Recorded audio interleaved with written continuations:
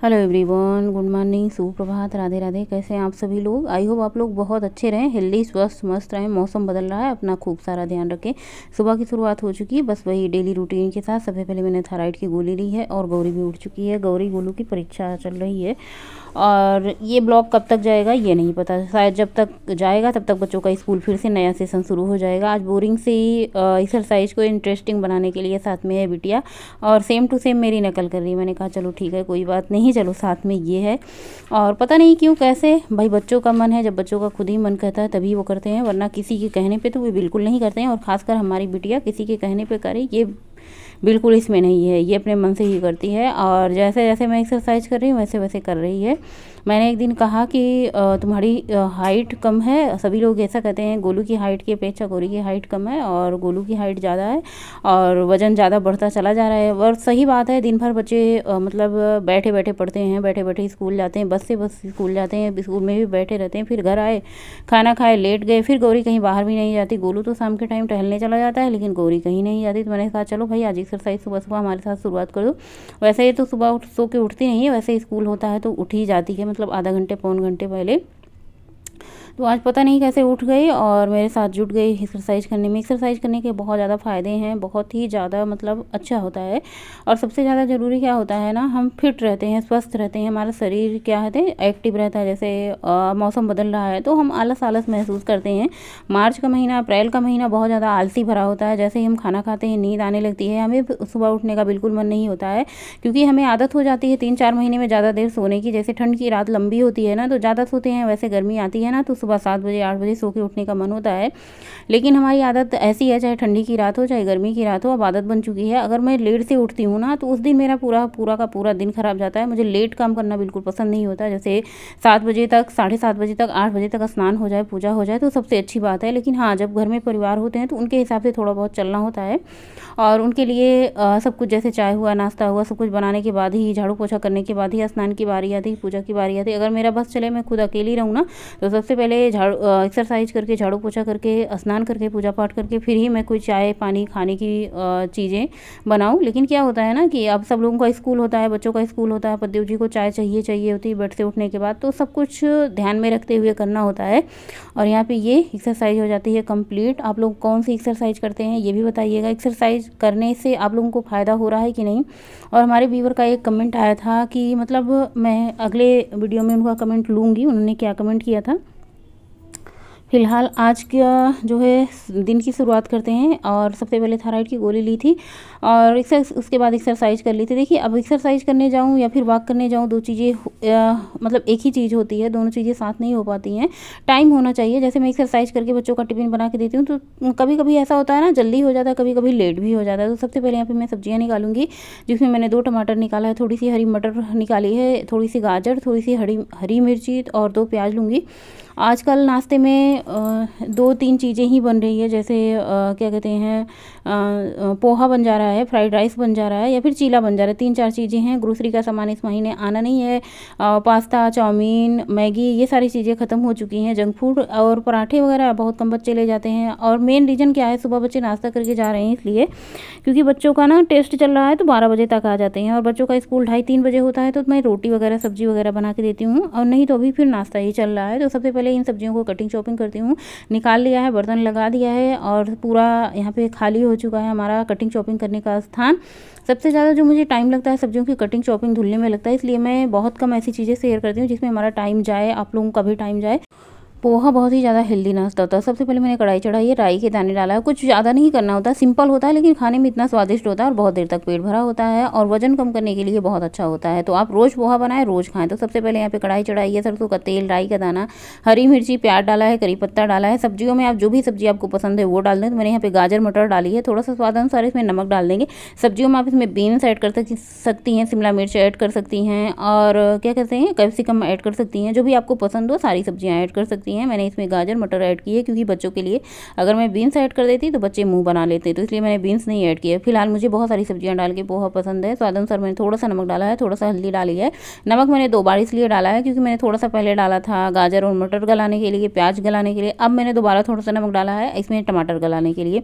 तो इसको थोड़ी देर के लिए ढक देते हैं और तब तक हम पोहा धुल करके रख लेते हैं। पोहा क्या होता है ना, पोहा हमारा थोड़ा सा मोटा होना चाहिए। बहुत पतला वाला पोहा होता है ना तो उसके एकदम से गल जाता है, चावल जैसा हो जाता है। तो जब तक हमारा ये मटर टमाटर वगैरह गल रहा है तब तक मैं पोहा धुल के रख दिया। फटाफट से मैं चाय चढ़ा देती हूँ।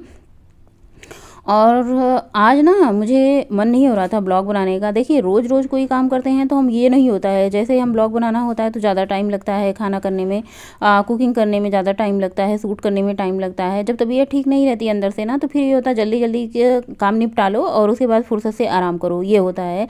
और जब हम ब्लॉग बना लेते हैं ना तो सिर्फ ब्लॉग बनाने की चिंता नहीं होती, उसको एडिटिंग करने की चिंता होती है, सब कुछ करने की। यहाँ पर मैं चम्मच सूंघ रही हूँ, कहीं इसमें टमाटर वगैरह न लग गया हो। अगर टमाटर लग जाता है ना तो चाय फट जाती है, तो इसलिए मैं यहाँ पे सूंघ ले रही हूँ कहीं से टमाटर, तो मैंने नहीं निकाला है। और यहाँ पे हमारा टमाटर वगैरह अच्छे से गल चुका है तो बस मैं पोहा ऐड कर दे रही हूँ। कितना बढ़िया खिला खिला पोहा। पोहे में आप किशमिश ऐड कर सकती हैं, काजू भी ऐड कर सकती हैं, बहुत सारी चीज़ें हैं, जैसे अलग अलग तरीके से आप पोहा बना सकती हैं। सबसे ज़रूरी क्या मेन पॉइंट होता है, हमारे पास वक्त होना चाहिए बनाने के लिए कुछ भी, या पहले से तैयारी होनी चाहिए। और बच्चों का सुबह स्कूल इतना जल्दी होता है ना कि क्या ही बताएं। मतलब 6 बजे 6:30 बजे बड़ा ही जल्दी होता है। सोचती हूँ 7 बजे तक स्कूल हो, और एक तरफ से मैं सोचती हूँ चलो अच्छा ही है बच्चों का स्कूल जल्दी है, जल्दी बच्चे स्कूल चले जाते हैं तो घर के काम जल्दी हो जाते हैं। जितनी जल्दी बच्चे घर से स्कूल जाते हैं उतनी जल्दी सुबह उठना हो जाता है, उतनी जल्दी घर के काम हो जाते हैं। फटाफट से मैं बच्चों को यहाँ पे नाश्ता लगा देती हूँ। पोहा खाकर ये लोग चले जाएंगे, लेके नहीं जाते क्योंकि अभी 12 बजे तक वापस आ जाएंगे, परीक्षाएं चल रही हैं। और थोड़ा थोड़ा चाय पी लेते हैं सब लोग, और थोड़ा सा चाय मैं भी पी लेती हूँ सुबह के टाइम और बच्चों को भी दे देती हूँ। तो यहाँ पे चाय छान दी, आप लोग भी आ जाइए, सुबह का नाश्ता कर लीजिए। सुबह के टाइम में क्या होता है ना, कभी कभार ऐसा होता है, कोशिश करती हूँ कि मैं चाय ही लूँ, नमकीन चीज़ें ना लूँ, या फिर कभी कभार मैं ले लेती हूँ जैसा मन होता है खाने पीने का।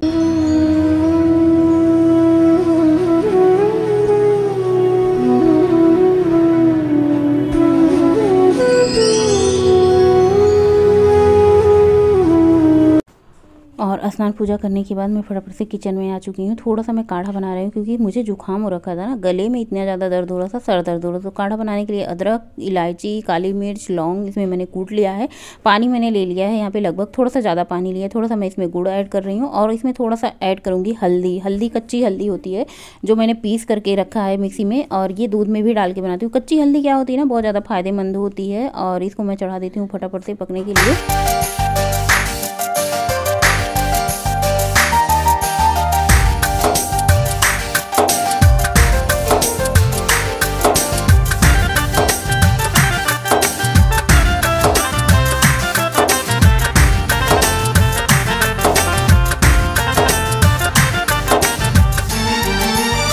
और अभी बज रहे हैं सुबह के 9। पद्देव जी को पोहा दे दिया है, मैंने भी पोहा ले लिया बचे हुए कटोरे में। मुझे पोहा बहुत पसंद है, इसलिए स्वादिष्ट भी होता है, दूसरी चीज़ वजन कम करता है, तीसरी चीज़ इसे खाने के बाद भूख बहुत देर तक नहीं लगती। काढ़ा बन चुका, आप लोगों को भी काढ़ा पीना है तो आ जाइए। फिलहाल काढ़ा पी के मुझे इतनी राहत मिली, गले में सर दर्द सब कुछ। थोड़ा सा पद्देव जी को भी दिया है, वो कह रहे थे मुझे क्यों काढ़ा पिला रही हो, मैंने कहा थोड़ा सा ज़्यादा है आप पी लीजिए इसलिए पिला रहे हैं। उनको भी काली चाय पीना पसंद है, खास करके आजकल बदल रहा है मौसम। मैंने कहा आजकल मौसम बदल रहा है इसलिए आप भी काढ़ा पी लो थोड़ा सा, तो मैंने थोड़ा सा उनको दिया। काढ़ा पी के मुझे बहुत बहुत बहुत अच्छा लगा और बहुत आराम भी मिला। ऐसे मैं गले में थोड़ा सा ऐसे कर रही थी जहाँ पे मुझे दर्द हो रहा था, ताकि मेरे गला सिकाई हो जाए।